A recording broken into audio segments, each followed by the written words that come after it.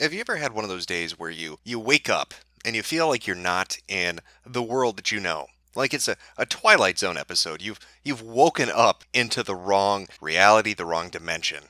Yeah, on some of the image boards that I go to, occasionally you'll see this argument come up, this discussion come up about the Berenstain Bears. You remember that child's book about the bear family, and they'd have little adventures, and it was cute and all that shit? Well, there's a debate. How do you spell the name? Is it Berenstein or is it Berenstain? Now, people will argue about this shit for hours, and there are elaborate theories that are out there about exactly what's going on and why people are remembering two different spellings for this name. Now, one of the more interesting theories is that there are, these parallel dimensions. And in one dimension, they're the Berenstain Bears, and in the other dimension, they're the Berenstein Bears. And at some point, these two magical parallel dimensions crossed paths with one another, and people kind of swapped place. And so, for those of us that remembered it one way, we're stuck in the other dimension, and vice versa. That's how I feel. I feel like I keep waking up in the wrong fucking parallel dimension. Because I can't imagine the people in the reality that I was born into being as fucking complacent and apathetic and stupid as they are. It's like a never-ending march through these alternate realities. And yet here I find myself gobsmacked at just the utter stupidity of people. This can't be my original fucking dimension. This can't be my reality. People cannot be this fucking dumb. I have been shifted. I've been shifted along with the goddamn Berenstein Bears into the shitty Berenstain universe. And I'm fucking stuck here with you people. It seems like every fucking day now, we hear about a new government program or a new corporate push to strip away any sense of privacy, any sense of anonymity that's left on the internet. You can't be anonymous anymore. And even worse than that, now that you have your identity pushed out, forced out, you can't have free speech either. That has to be restricted, and they'll give all sorts of justifications. And it's not just the fucking government. That's what makes it so goddamn mind-boggling. People are demanding it. They want to be protected. They don't want to have free speech. They want to be censored. They're fucking demanding it. And so I feel lost. I feel like I don't belong here because I can't imagine people are this dumb. And I think what really helps to encapsulate this kind of idea that I'm talking about, or really helps to highlight it, is a story that I just came across. It just went up yesterday on the Washington Post about a website called Peeple. Peeple. You get it? You're peeping on people. So it's a cute little interplay of words, because nothing makes you feel more secure about your social network than the idea that you're being spied on and observed all the fucking time. That's a great branding choice. What the fuck? But hey, I'll let the marketing geniuses that came up with this fucking monstrosity explain it themselves. I'm going to show you highlights of the article so you get an idea of what this website is before I really start to discuss what should be the obvious fucking problems with it that extend beyond just the surface complaints that I've been kind of seeing pop up here and there. Everyone you know will be able to rate you on the terrifying Yelp for People, whether you want them to or not. You can already rate restaurants, hotels, movies, college classes, government agencies, and bowel movements online. So the most surprising thing about Peeple, basically Yelp, but for humans, may be the fact that no one has yet had the gall to launch something like it. When the app does launch, probably in late November, you'll be able to assign reviews and 1 to 5 star ratings to everyone you know. Your exes, your coworkers, the old guy who lives next door. You can't opt out. Once someone puts your name in the Peeple system, it's there unless you violate the site's terms of service. And you can't delete bad or biased reviews. That would defeat the whole purpose. People do so much research when they buy a car or make those kinds of decisions, said Julia Cordray, one of the app's founders. Why not do the same kind of research on other aspects of your life? This, in a nutshell, Cordray's pitch for the app, the one she has been making to development companies, private shareholders, and Silicon Valley venture capitalists. As of Monday, the company's shares put its valuation at $7.6 million. A bubbly, no-holds-bar, trendy lady with a marketing degree and 2 recruiting companies, Cordray sees no reason you wouldn't want to showcase your character online. Co-founder Nicole McCullough comes at the app from a different angle. As a mother of 2 in an era when people don't always know their neighbors, she wanted something to help her decide whom to trust with her kids. Given the importance of these kinds of decisions, People's integrity features are fairly rigorous. As Cordray will reassure you in the most vehement terms, if you raise any concerns about shaming or bullying on the service, to review someone, you must be 21 and have an established Facebook account, and you must make reviews under your real name. And the inset picture would be Nicole McCullough on the left and Julia Cordray on the right. These would be the 2 geniuses that have birthed this idea.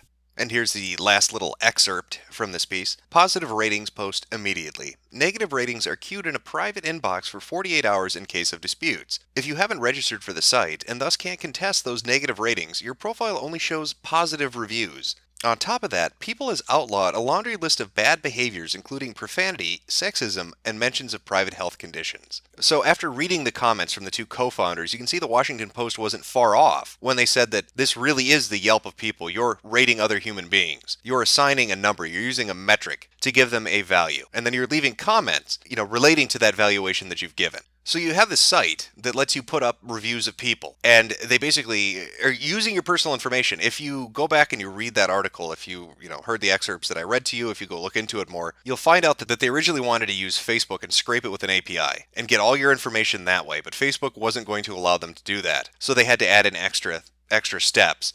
We want your cell phone number. We want all this personal information about you. So you set up an account and you're going to rate somebody else. What if they don't have an account? You can make one for them. Again, I'll cover that in a little bit. And it also talks about how if it's a negative review, it won't show up. It'll only be positive reviews. That's not true either. I'll show you again in a little bit. That's bullshit. So how could this be misused? Where you can basically put up somebody's real name, their real information, and leave any comment about them you want, and basically say that you know them, that you had a working relationship, a romantic relationship, or a familial relationship with them. Think of the internet that we exist in right now, with hypersensitive people. Take SJWs just as an example, and the life ruination tactics they like to employ when somebody angers them. Imagine a flood of those motherfuckers showing up and leaving reviews saying what a misogynist you are and what a sexist you are and a rape apologist and all these other things, and just bombarding it. What if somebody doesn't like you? What if they know you have a job interview coming up, and so they put up a review just lighten your ass up, and the person you're going to be interviewing with, the person that's going to be deciding whether or not you get this fucking job, looks at that and says, no way, you're not somebody we want at this company. Obviously the person that left this review worked with you or knew you, and you think that sounds far-fetched, but we live in a day and age where companies think it's bizarre if you don't have a fucking Facebook page, where they'll actually actively look into your social media accounts to see who you are and what you do in your spare time. And speaking of looking into you, think of how this kind of technology, how this kind of software, this kind of social media platform could be used to stalk somebody, could be used to keep tabs on somebody. Because now essentially you've created a bubble around yourself. I know everybody you know, and I know what relationships you had with them. I know this person was your boss, so you must have worked there. They put that down as a relationship they had with you. I can find out who you dated. I can find out who your friends are. I can find out where they live. It's like a homing beacon shot into your ass. If you don't think people are going to abuse this, if you don't think they're going to use it to fucking destroy other people's lives, you are naive. But again, it's just a symptom of the internet that we're on today, where the idea of anonymity and privacy is seen as something that has no value. It's traded away. Every social media service that exists now wants your fucking phone number. They want to know where you live. They want to know what your full name is. Hell, they want your credit cards now. They want your banking information now. All the information they can get about you just so you can talk. And they partly give you two reasons. One, it's security, and the other that it's ease of use. Stop being so archaic in your view of what the internet is. Get over it.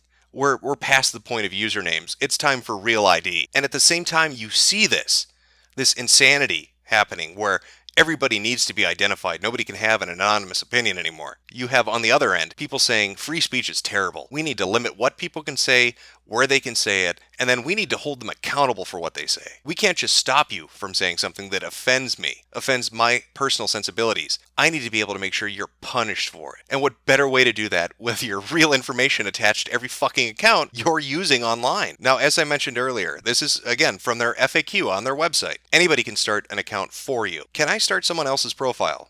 Yes, you will need their cell phone number, of fucking course. You will need their cell phone number to start their profile. And they will receive a text that you were the person to start their profile and that they should check out what you said about them on our app. Here's why this is fucking retarded. Well, here are two reasons this is fucking retarded. The first would be, why the fuck do you need a cell phone number for everything online nowadays?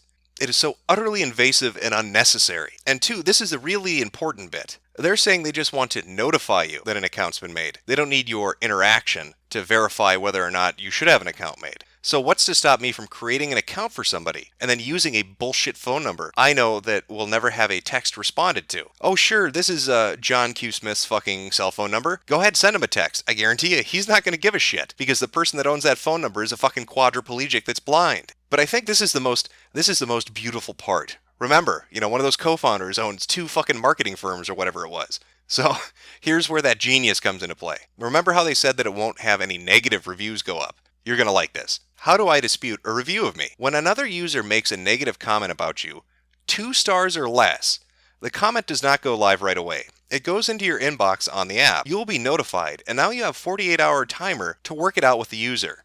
If you cannot turn a negative into a positive, the comment will go live, and then you can publicly defend yourself. So they rate a negative comment at 2 stars out of 5. What that means is, I could create an account for you, I could get all your fucking personal information related to that account, and then I could put up a 3-star review that says you fuck kids, and it won't be held for 48 hours, because it's not a negative review. That's such a ridiculous fucking safety feature. That's the way you get around it. 3, 4, 5-star review. Yeah, John Q. Public, he fucks kids. 3-star review. I'd have given him 5 stars if he maybe stopped banging 10-year-olds. Didn't want to give him 2 stars, thought that might be too mean because I know him in real life. What a fucking joke. Now these are just basic concerns you should have of the system being abused and how intrusive it is and how fucking weird it is to think that people are going to be rating you from now on and that you have no control over it. You can't take this shit down. They said that themselves. Once it's up, tough fucking luck for you. It stays up. You're not getting it down. But like I said, you have all these companies, all these social media companies that want you to put your personal information out there. They want to know everything about you. They want you to fucking attach it to everything. And while this is going on, in the background you have all these stories about the NSA. You have all these stories about government surveillance programs and how intrusive that is into your life. So what conversation do you think plays out on Twitter related to this website? This conversation is between Pop Loser and the Twitter account for Peeple, which is People for People. And it begins, which government program did you get $50,000 from? We would be happy to discuss. Just send a private message through our website, forthepeople.com. Don't really need a discussion, just curious. We love mentoring and helping entrepreneurs. Just call if you need help and advice. A straight answer would be fine at this point. We are under confidentiality clauses at this point. I'm sorry, Tyler. Please respect that/us. You said the government gave you $50,000. I just want to know which program you applied for. We have asked you to contact our office. Now you are being rude. Not necessary. Have a good night. Now, before I go on, he was referring to this. They have a web series up about their website, and this is the comment he was referring to. The morning started off with the loss of 35,000, but then the government said, hey, we'll give you 50,000. So that's the co-founder, Cordray, I believe, saying that they got $50,000 in government funding. And Pop Loser wanted to know, how'd you get it? What do you mean government funding? What part of the government did you get the money from? Oh, well, we're under confidentiality clauses. We can't tell you who gave us the money. So you have basically a giant social surveillance app that has government funding behind it, but they're not going to tell you who's funding it from the government. And it wants to compile information, create social networks, and then have personalized comments from people that know you to describe the kind of character you have. And that doesn't ring some fucking alarm bells. That doesn't make people a little bit uneasy. The thought that they want to create this fucking database where people are rating you, and those people that are rating you are supposed to be the ones that actually know you, to give really personalized and detailed information about your character and your likes and dislikes, while at the same time attaching phone numbers and addresses and business relationships, romantic relationships, sexual relationships, financial relationships, to create a complete picture of who you are. Yeah, I wonder what government agency would be interested in funding that kind of endeavor. Now, I could be wrong. For all I know, it's the fucking Department of Agriculture, and she grows really great fucking corn. But I highly doubt it. And last time I checked, the Department of Agriculture doesn't ask for non-disclosure agreements when they give you government funding. That strikes me as a little fucking weird. Stranger still are her follow-up comments in this line of questioning and in others. She eventually links him to the Canadian Business Bureau and says that we've signed NDA non-disclosure agreements and I can't comment on any of this. And then, this is in between her getting upset and saying you're bullying and harassing me by asking me these very basic fucking questions. So the weird part here is Cordray is a native of the US, lives in Canada, has businesses in Canada, yet apparently is developing the app in the US. So, is that a real answer? She said we have NDA agreements, I can't comment on it, and then links him to a website. It's not really an answer, though, is it? Then she goes on further to state in another conversation with somebody else that, no, they were the ones that asked for the non-disclosure agreement because they don't want the government talking to people about what they're doing. What in the fuck? That makes no sense. That makes no sense at all. We are in a society right now that has lost its fucking mind. They have forgotten the value of the things that they have. They are throwing away one of the best creations we as a species have. The internet is a magnificent thing, but you are going to fucking murder it. You are going to absolutely destroy it if you force out anonymity and you force out free speech and you give in to corporations and different government interests from around the world that want to lock everybody up under a massive surveillance machine. And social media isn't really about being social anymore. It's about being monitored 24 hours a day. What are you doing? Where are you going? Who are you interacting with? And then who are we giving that information to, and what are they using it for? And the sad part is that it's not the government and it's not corporations that are allowing this to happen. It's us. We are so tuned out of it at this point. We are so apathetic and stupid about it that we're just letting it slip away. But fuck it. What do I know? I'm probably expecting too much of you fucking filthy Berenstain people.